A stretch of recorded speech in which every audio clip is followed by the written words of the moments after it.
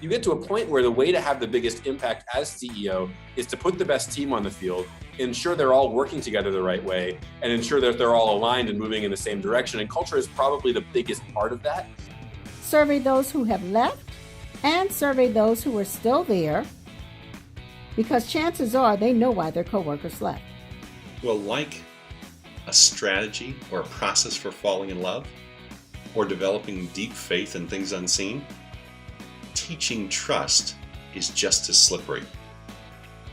Welcome to the Inside Forbes Councils podcast. Each episode shares transformative insights and advice from members of Forbes Councils, a group of invitation-only communities for successful executives and entrepreneurs. This is Inside Forbes Councils. Hey everyone, and welcome to episode 13 of the Inside Forbes Councils podcast. I'm your producer, Stephen Ganoza. Culture, culture, culture. Everyone talks about culture. But what does culture actually mean? Can you define culture, or does it define itself? Can we actually mandate things like trust, or do we have to guide our teams to get there? How is culture a business imperative, one that impacts productivity, recruiting, retention, and even the bottom line? And how do you prevent culture from going awry, as we see with the so-called Silicon Valley bro culture? Well, we have three of our Forbes Councils members here to weigh in on that subject. Forbes Council member Harry Glaser. My name's Harry Glaser. I'm the co-founder and CEO of Periscope Data. We're a very fast, very flexible analytics platform for data professionals. We're about 150 people, venture-backed tech startup here in San Francisco, and we work with about 1,000 customers, including Uber, New Relic, Crisis Text Line, HBO, etc. Before that, I was a product manager at Google, and before that, I was a computer science student at the University of Rochester. While Google has a reputation of defining what it means to have an attractive company culture, surely Harry will have some insights on what culture really means. Company culture is, how do the people at the company, how do the employees and the teammates interact with each other? What are the ways in which they communicate with each other? How do they treat each other? What's acceptable behavior? What's normal behavior? What's unacceptable behavior? Every company has kind of norms, right? Are we really frank and aggressive with each other? Are we really kind and positive with each other? Do we not interact much at all except through the chain of command and official channels? Is there a lot of collaboration? Is there a lot of fun? And do we play sports after work? All the ways in which the team interacts with itself. In a small company, a co-founder like Harry has a lot of impact on what defines the culture. After all, the CEO is often still in the weeds and interacting with every employee. But what happens once a company grows? Once you're like 40 or 50 people, the individual contribution of the CEO, the particular meetings that they're in, whether you're still writing some code or fixing some bugs, whether you're still selling your biggest customers, even if you are doing those things, the impact of those things relative to the company's impact overall is pretty small because you've got 40 other people who are also doing things. Even if you're selling big deals, by that point you have, a team that's also selling big deals, and your deals are not so big that they're, critical for the company. And so you get to a point where the way to have the biggest impact as CEO is to put the best team on the field, ensure they're all working together the right way, and ensure that they're all aligned and moving in the same direction. And culture is probably the biggest part of that. And then overall, that becomes a force multiplier in how you can have an impact on your business's outcomes versus your own sort of personal activities. So you want to have a thoughtful approach to what you want the culture to be, but it's not just a matter of writing it down and mandating it. It's a matter of nurturing it and encouraging it. I think of it almost like gardening. It's the plant, so you think about your garden, what's the most impactful thing you can do for your garden? Well, obviously it's what you plant, right? You don't plant roses, there aren't going to be roses. And so that's important. And the garden's a lot prettier if there's a lot more diversity at the garden, right? And the garden's a lot healthier. So that's all good. But it's also maintenance, and weeding is critical. The weeds will take over the garden if you're not proactive and, pretty thoughtful about weeding out the bad shit that happens in the garden. I think also the encouragement and the watering and the care and feeding of the plants in the garden is just as important in terms of encouraging good behavior and encouraging a thoughtful culture. I've never been one to garden. I wouldn't know what to plant. I imagine that metaphor holds true. If you're playing video games because everyone wants to, and it fosters a nice relationship between the people, and they get to know each other better, and they have more efficient communication with each other, and you think that's really good, and then you notice that you just hired 20 people and they're all white guys, it's time for some introspection around, maybe the outputs of this culture weren't exactly what I was hoping for, and I need to make some changes.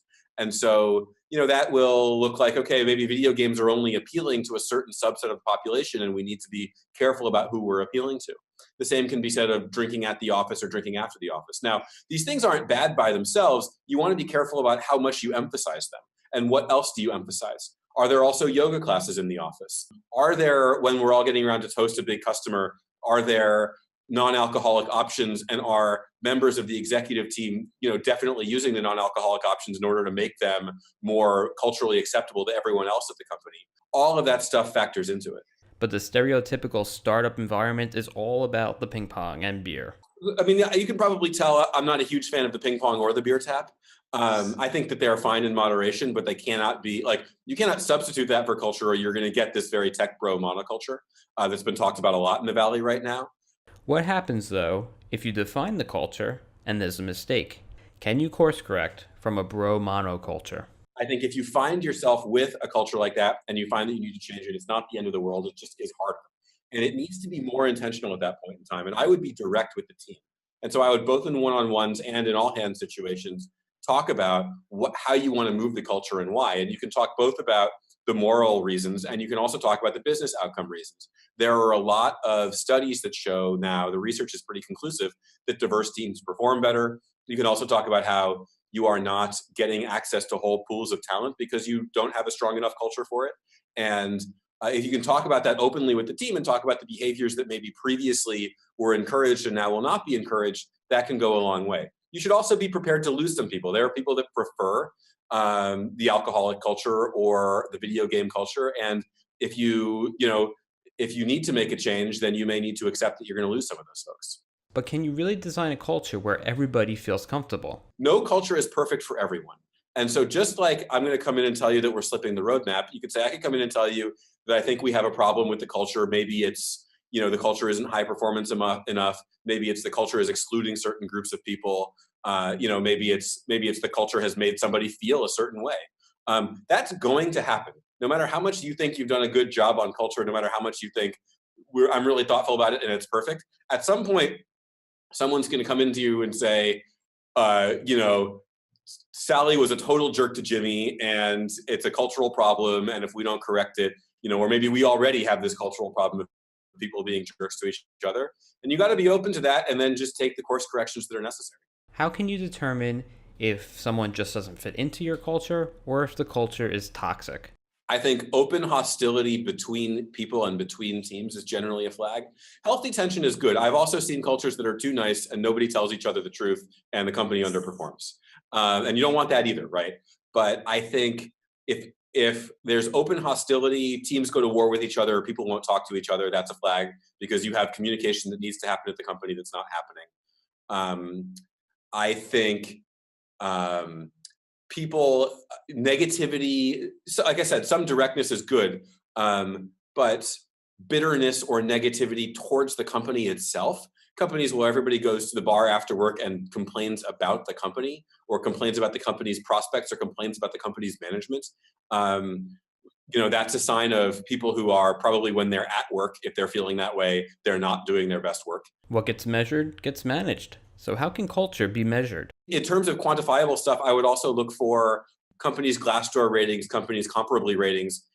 A company that has 5.0 stars and never had a challenging review, either the company is faking their Glassdoor ratings, which happens, or the company is too nice, and that's a problem too. But if there's, I would look for repeated trends, I would look for repeated low scores, and that's a good quantifiable way to know that something's wrong. Silicon Valley is hopefully beginning a transition to being a more thoughtful and inclusive place. There's a lot of momentum, or at least some momentum in that direction now. And then a big company goes, oh, we have to get on that bandwagon. And so they'll task some HR director with running some process, end up with a very cookie cutter list of value statements that they put on the website and never revisit it again. A good way to test for this as an employee or as a manager is to ask the employees what the values of the company are. And if it was run in a thoughtful, inclusive way, the employees know because they joined because of those values and they're careful about reinforcing those values. If they couldn't even name them, then yeah, you've probably done some HR process that's, trying to check a box but isn't actually thoughtful about the culture. If we dismiss ping pong and beer taps as meaningful elements of culture, Can any perks help? We'll ask Kimberly Lewis after the break. Are you a successful executive or entrepreneur with insights to share? Learn more about our invitation-only communities at ForbesCouncils.com. Forbes Councils members have the opportunity to collaborate with fellow business leaders to overcome challenges and create new opportunities. Members also have access to support benefits that help them save time and money, and a platform, Community Voice, on Forbes.com, through which they can amplify their voices and exchange ideas. See if you qualify at ForbesCouncils.com. Ping pong and beer won't do it, according to Harry Glaser.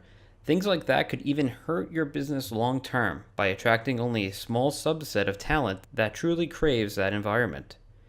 But does that mean perks don't create culture? Kimberly Lewis. My name is Kimberly Lewis, and I'm the president and CEO of Goodwill Industries of East Texas, a not-for-profit organization that trains, educates, and equips people for work. I have a staff of more than 300 individuals, operate 15 used goods retail stores, and a light manufacturing facility that employs 40 people with significant disabilities, plus 10 job and skill training and employment support programs. Kimberly is going to illustrate how finding out the perks that actually matter to your employees can help define culture and keep your employees happy. Today, I'd like to give you 3 key points to moving from mediocrity to magnificence in the area of employee engagement. Ready? Let's go. Step 1, take their pulse. Instead of guessing what your people think, ask them what they think. The book The Dream Manager by Matthew Kelly describes an issue of high employee turnover using a fictional company. But while the company is fictional, the problem is all too real and familiar. The manager in this story sought to correct a high turnover problem by first conducting a simple survey. The results were not what management thought that they would be. The issue was not at all what they thought it would be. It wasn't that they didn't like the work. It wasn't that they weren't being paid enough. But the upside was that the issue was indeed fixable. So first conduct a survey. Now, not an employee satisfaction survey, but a survey of why people leave and what they need to stay. Survey those who have left and survey those who are still there, because chances are they know why their coworkers left. Step 2, listen and report your findings to everyone that you surveyed and ask them to help you find a solution. Now, in the book The Dream Manager, they found that people left this janitorial company because of a lack of transportation. So, the company worked to provide small vans that they placed throughout the city at specific pickup points and drop-off points during the times and hours that the staff needed to get to and from work. Well, your survey might reveal that childcare is a problem, and maybe partnering with the local childcare provider to open a center at work or near your job might be the key. Step 3, show that you care. In my organization, we created a Dream Manager program patterned after the one that's in the book, The Dream Manager. One person in our organization is designated as the Dream Manager, and he meets with staff on a regular basis. Now, it's totally voluntary for the staff to meet with him, but he asks them to list their personal and professional goals. Then they discuss what it will take to meet those goals. He checks in with them periodically to see how they're progressing, and he gives them suggestions, resources, and the needed encouragement just to keep going. In 1 year, he's helped 201 staff members to accomplish 95 of their goals. That's 45%. That's a great success rate. That's for this year, 2018. Now, last year, he helped 246 people accomplish 171 of their goals. That's a 33% success rate. It seems pretty intuitive. Ask your employees what they actually want. What are their pain points? And solve them if you can. But what's the business impact of this? Well, the turnover rate for this organization has improved by 17%, and our retention rate is 7% higher year over year from last year to this year. That's a pretty good example of how purposeful intention drives results. Well, if employment and perks are only a few components of a company's culture, personal development and how employees are trained and encouraged to act defines culture too. As Harry Glaser said at the beginning of the program, what people do is what actually defines culture. John Hittler. Hi, this is John Hittler, transformational business coach from Evoking Genius and a proud member of the Forbes Council. John makes a similar point to Harry in that culture is the result of inputs. It's not as simple as putting that proverbial word on the wall. Got a pop quiz for you today. What's your best 3-step process for falling in love? You got it? Well, if you don't have that one, how about this one? Give me your bulletproof strategy for having deep faith in things unseen. Wow, tough pop quiz, huh? Well, like a strategy or a process for falling in love or developing deep faith in things unseen, teaching trust is just as slippery. All are impossible to teach. So if a company has a defined set of core values, can they simply be taught? John discusses this using the core value of trust as an example. They want to teach trust like it's a thing, like falling in love or developing faith. It's impossible. So stop teaching trust. Really, stop it. No more having trust as your focus for the year. No more seminars. No more workbooks. You can't teach it like you can't teach falling in love. It's not a process. Why is that? Well, there's 2 simple reasons.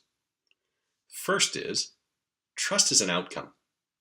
Trust occurs as a result or as an outcome of doing other things well. You can't teach trust or declare it up front. Just ask the Middle East leaders who develop trust accords at the UN or in a peace conference, and they think they can start with trust. It falls apart the first time anybody shoots someone or throws a rock at someone else. The trust that was declared falls apart really quickly. Secondly, and more importantly, the reason trust is an outcome is because it exists only in the part of the brain that's made of feelings, which is the limbic part.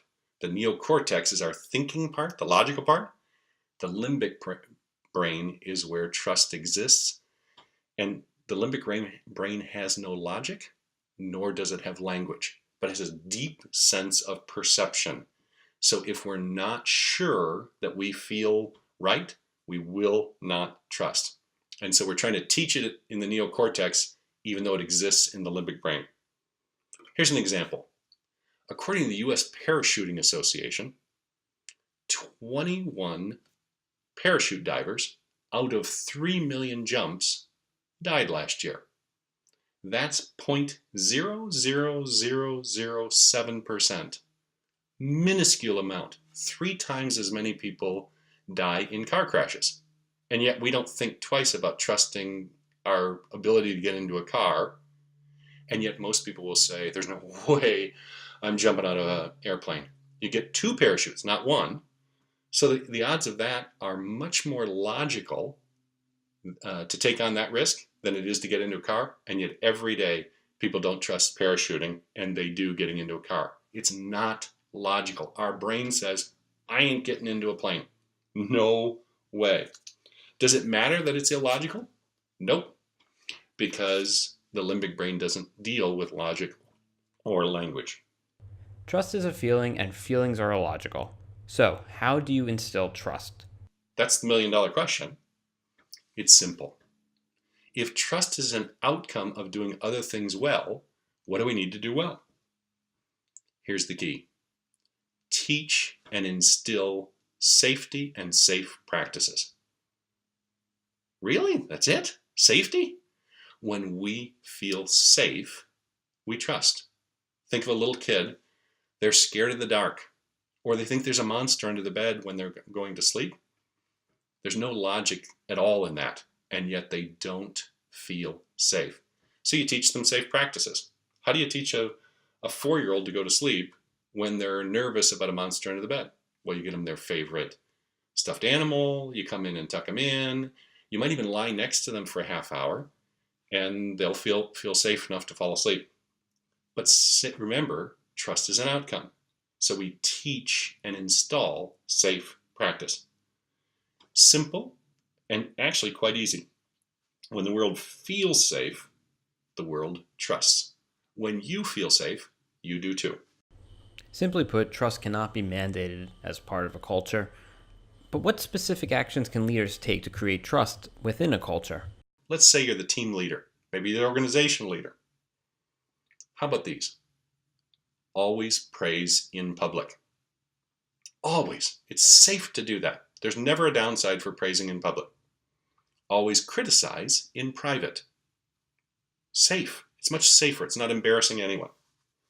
Always, as the leader, accept the responsibility, the full responsibility for any shortcoming or failure. Rather than blame it on individuals, you say, you know what?